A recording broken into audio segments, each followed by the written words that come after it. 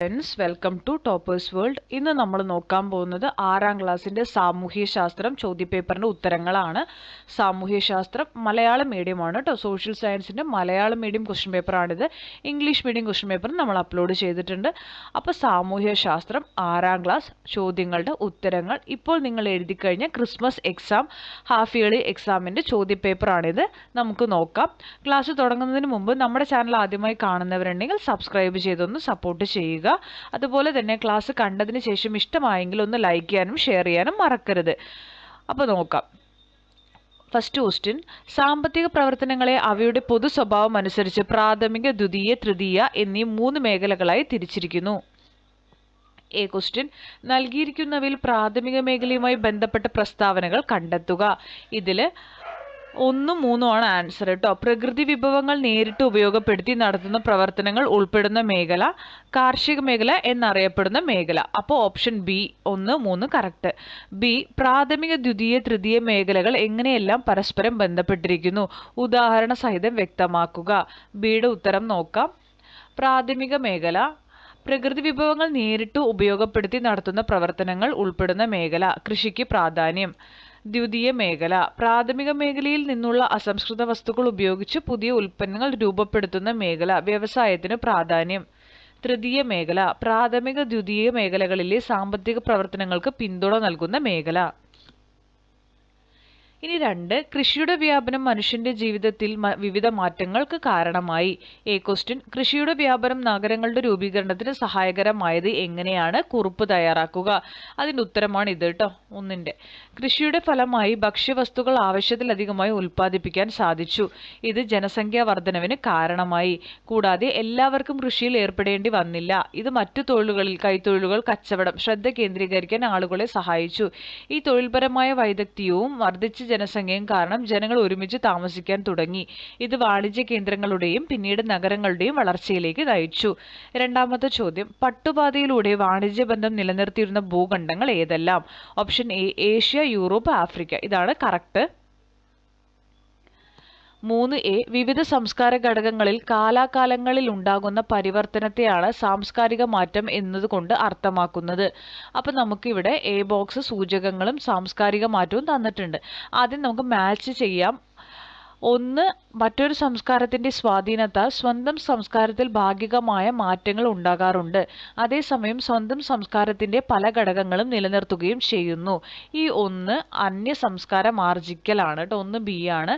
ഒരു സംസ്കാരം മറ്റൊരു സംസ്കാരത്തെ പൂർണ്ണമായും കീഴ്പ്പെടുത്തുന്നു. 2 സി ആണ് സാംസ്കാരിക സ്വാംശീകരണം. ഒരു സംസ്കാരത്തിന്റെ തനത് സവിശേഷതകൾ മറ്റൊരു സംസ്കാരത്തിലേക്ക് കലരുന്നു. 3A സാംസ്കാരിക വ്യാപനം. അപ്പം നമ്മുടെ ആൻസർ ഏതാ? ഓപ്ഷൻ സി ആണ് കേട്ടോ.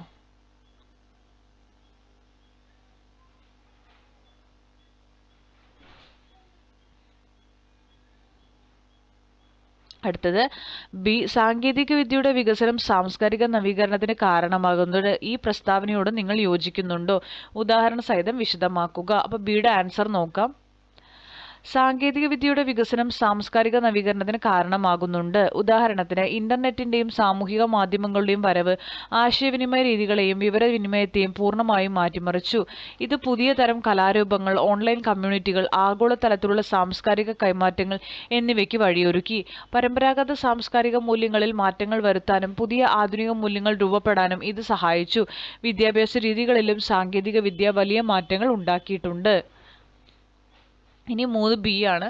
സമൂഹത്തിലെ അംഗങ്ങൾ എന്ന നിലയിൽ നമുക്ക് പരമ്പരാഗതമായി ലഭിക്കുന്നതാണ് സംസ്കാരം. ഇത്തരത്തിൽ സംസ്കാരത്തിന് നിരവധി സവിശേഷതകളുണ്ട്. അപ്പോൾ ഒരു പത്രവാർത്ത തന്നിട്ടുണ്ട്, സ്കൂളിൽ സാംസ്കാരിക ദിനം ആചരിച്ചു എന്ന് പറഞ്ഞിട്ട്. അപ്പോൾ അതിനെ തുടർന്ന് നമ്മുടെ ചോദ്യമാണ്, സംസ്കാരത്തിന്റെ ഏത് സവിശേഷതയുമായാണ് ഈ വാർത്ത ബന്ധപ്പെട്ടിരിക്കുന്നു എന്ന് കണ്ടെത്തുക. അപ്പോൾ ഓപ്ഷൻ ഡി സംസ്കാരം പങ്കുവയ്ക്കുന്നതാണ് എന്നതാണ് ഉത്തരം. ബി, സംസ്കാരം പഠിച്ചെടുക്കുന്നതാണ് എന്ന് പറയുന്നത് എന്തുകൊണ്ട്? വിശദമാക്കുക. അപ്പോൾ ബിയുടെ ഉത്തരം വരുന്നത് ഇതാണ് കേട്ടോ. അപ്പോൾ എയുടെ ഉത്തരം നമ്മൾ പറഞ്ഞു, സംസ്കാരം പങ്കുവയ്ക്കുന്നതാണ്. ബി, സംസ്കാരം ജന്മസിദ്ധമായി ലഭിക്കുന്നതല്ല, സാമൂഹികരണ പ്രക്രിയ വഴി ആർജിച്ചെടുക്കുന്നതാണ്. കുടുംബത്തിൽ നിന്നും സമൂഹത്തിൽ നിന്നും പഠിക്കുന്നു തുടങ്ങി അനുയോജ്യമായി. ഇത് വേണ്ട, ഇതുവരെയാണ് ആൻസർ കേട്ടോ. 4A സമുദ്രങ്ങൾക്കിടയിലായി സ്ഥിതി ചെയ്യുന്ന അതിവിശാലമായ കരഭാഗങ്ങളാണ് ഭൂഖണ്ഡങ്ങൾ. നമുക്കിവിടെ ഭൂഖണ്ഡങ്ങളുടെ മാപ്പ് ഭൂപടം തന്നിട്ടുണ്ട്. ക്വസ്റ്റ്യൻ ഭൂപടത്തിൽ തെക്കേ അമേരിക്കയുടെ പടിഞ്ഞാറേ അതിര് ഏതാണ്? ഓപ്ഷൻ എ പസഫിക് സമുദ്രം. ബി ക്വസ്റ്റ്യൻ തന്നിരിക്കുന്ന സൂചകങ്ങളുടെ അടിസ്ഥാനത്തിൽ ഏഷ്യ, ഓസ്ട്രേലിയ എന്നീ ഭൂഖണ്ഡങ്ങളുടെ സവിശേഷതകൾ താരതമ്യം ചെയ്ത് കുറിപ്പ് തയ്യാറാക്കുക. അപ്പോൾ ബിയുടെ ആൻസർ ആണ് കേട്ടോ, ഏഷ്യ, ഓസ്ട്രേലിയ. ഏഷ്യൻ ഭൂഖണ്ഡമാണ് ലോകത്തിലെ ഏറ്റവും വലിയ ഭൂഖണ്ഡം. ഓസ്ട്രേലിയ ഏറ്റവും ചെറുതുമാണ്. ഏഷ്യയിൽ വൈവിധ്യമാർന്ന ഭൂപ്രകൃതിയും പർവ്വതങ്ങൾ, സമതലങ്ങൾ, മരുഭൂമികൾ, കാലാവസ്ഥയും ഉഷ്ണമേഖല മുതൽ ശീതമേഖല വരെ കാണപ്പെടുന്നു. എന്നാൽ ഓസ്ട്രേലിയ കൂടുതലും വരണ്ടതും ഉഷ്ണമേഖലാ കാലാവസ്ഥയുള്ളതുമായ സമതലങ്ങളും മരുഭൂമികളും നിറഞ്ഞതാണ്. ഇത് മാത്രമല്ല കേട്ടോ, നിങ്ങൾക്ക് ബുക്കിൽ ഒരുപാട് തന്നിട്ടുണ്ട്, ടെക്സ്റ്റ് ബുക്കിൽ. അപ്പം നിങ്ങൾക്ക് വേണമെങ്കിൽ വേറെ പോയിന്റ്സും എഴുതാവുന്നതാണ്. 4B ഓരോ ഭൂഖണ്ഡത്തിനും തനതായ ഭൂമിശാസ്ത്ര സവിശേഷതകളുണ്ട്. അപ്പം നമുക്ക് മാച്ച് ചെയ്യാനാണ്. എ എവറസ്റ്റ് കൊടുമുടി ഏഷ്യയിലാണ്. 1C Sahara Africa. അപ്പം 2A ആമസോൺ തെക്കേ അമേരിക്കയിലാണ്. 3B ഓപ്ഷൻ ബി ആണ് ഉത്തരം. ബി ക്വസ്റ്റ്യൻ വടക്കേ അമേരിക്ക, തെക്കേ അമേരിക്ക എന്നീ ഭൂഖണ്ഡങ്ങളുടെ സവിശേഷതകൾ തന്നിരിക്കുന്ന സൂചകങ്ങൾ ഉപയോഗപ്പെടുത്തി താരതമ്യം ചെയ്ത് കുറിപ്പ് തയ്യാറാക്കുക. അപ്പം 4Bയുടെ ഉത്തരമാണ്. വടക്കേ അമേരിക്കയുടെ അതിരുകൾ കിഴക്ക് അറ്റ്ലാന്റിക്, പടിഞ്ഞാറ് പസഫിക്, വടക്ക് ആർട്ടിക് സമുദ്രങ്ങളാണ്. തെക്കേ അമേരിക്കയുടേത് കിഴക്ക് അറ്റ്ലാന്റിക്, പടിഞ്ഞാറ് പസഫിക് സമുദ്രങ്ങളുമാണ്. വടക്കേ അമേരിക്കയിൽ ശീത ഉഷ്ണമേഖലാ കാലാവസ്ഥകൾ അനുഭവപ്പെടുമ്പോൾ തെക്കേ അമേരിക്കയിൽ പ്രധാനമായും ഉഷ്ണമേഖലാ കാലാവസ്ഥയാണ്. റോക്കി പർവ്വതനിരകളും മധ്യസമതലങ്ങളും വടക്കേ അമേരിക്കയിലെ പ്രധാന ഭൂപ്രകൃതിയാണ്. ആൻഡീസ് പർവ്വതനിരകളും ആമസോൺ തടവും തെക്കേ അമേരിക്കയിലേതും. രണ്ട് ഭൂഖണ്ഡങ്ങളിലും വൈവിധ്യമാർന്ന ജനജീവിത രീതികൾ കാണപ്പെടുന്നു. ഇനി 5 മഹാശിലായുഗത്തിന്റെ തെളിവുകൾ ദക്ഷിണേന്ത്യയിലെ മിക്ക ഭാഗങ്ങളിലും കാണപ്പെടുന്നു. തൊപ്പിക്കല്ല്, കുടക്കല്ല്, നാട്ടുകല്ല്. നമ്മൾ മോഡൽ എക്സാം ചെയ്തപ്പോൾ ഈ ചോദ്യം ഉൾപ്പെടുത്തിയിരുന്നു, കണ്ടല്ലോ. അത് റിപ്പീറ്റ് ചെയ്ത് ഈ ക്വസ്റ്റ്യൻ പേപ്പറിൽ ചോദിച്ചിട്ടുണ്ട്. ക്വസ്റ്റ്യൻ മഹാശിലായുഗ സ്മാരകങ്ങൾ തന്നിരിക്കുന്നവയിൽ ഏതുമായി ബന്ധപ്പെട്ടിരിക്കുന്നു? ഓപ്ഷൻ സി ശവസംസ്കാര രീതി.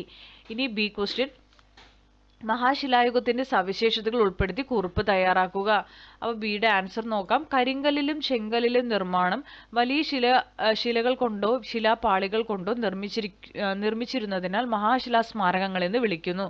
മൃതശരീരാവശിഷ്ടങ്ങൾ അടക്കം ചെയ്യുന്നതിനാണ് ശിലാസ്മാരകങ്ങൾ നിർമ്മിച്ചിരുന്നത്. ഇരുമ്പ് കൊണ്ടുള്ള ആയുധങ്ങൾ ഉപയോഗിച്ചിരുന്നതിനാൽ ഇരുമ്പ് യുഗം എന്നും വിളിക്കുന്നു. അപ്പോൾ 5 കഴിഞ്ഞു. ഇനി 6 വെങ്കലയുഗത്തിൽ മനുഷ്യജീവിതത്തിൽ ഉണ്ടായ മാറ്റങ്ങളുടെ ഫലമായി സംസ്കാരങ്ങൾ രൂപപ്പെട്ടു. ക്വസ്റ്റ്യൻ നൽകിയിരിക്കുന്ന സൂചനകൾ ഏത് വെങ്കലയുഗ സംസ്കാരവുമായി ബന്ധപ്പെട്ടിരിക്കുന്നു? അപ്പം നമുക്കിവിടെ നൈൽ നദീതടത്തിൽ രൂപം കൊണ്ടെന്ന് കേട്ടാൽ തന്നെ നമുക്ക് അറിയാം. നൈൽ നദി, ഹൈറോഗ്ലിഫിക്സ്, ഇതൊക്കെ, പിന്നെ ഫറവോ രാജാക്കന്മാർ, ഇത്രയും കണ്ടാൽ തന്നെ ഉറപ്പിച്ചോളൂ ഈജിപ്ഷ്യൻ സംസ്കാരമാണ് ഉത്തരം. ബി ശിലായുഗത്തിൽ നിന്നും വെങ്കലയുഗത്തിലെത്തിയ മനുഷ്യരുടെ ജീവിത രീതിയിൽ വന്ന മാറ്റങ്ങളെക്കുറിച്ച് വിശദമാക്കുക. അപ്പോൾ ബിയുടെ ആൻസർ ആണ്. കൃഷിയിടങ്ങൾ വ്യാപിച്ചു, കാർഷിക ഉൽപ്പന്നങ്ങൾ വർദ്ധിച്ചു, ഉൽപ്പന്നങ്ങൾ കൈമാറുന്നതിന് കേന്ദ്രങ്ങൾ രൂപം കൊണ്ടു, പട്ടണങ്ങളും നഗരങ്ങളും രൂപം കൊണ്ടു. അപ്പോൾ 6 ചോദ്യങ്ങളുടെ ഉത്തരങ്ങൾ ചെയ്തിട്ടുണ്ട്. അപ്പോൾ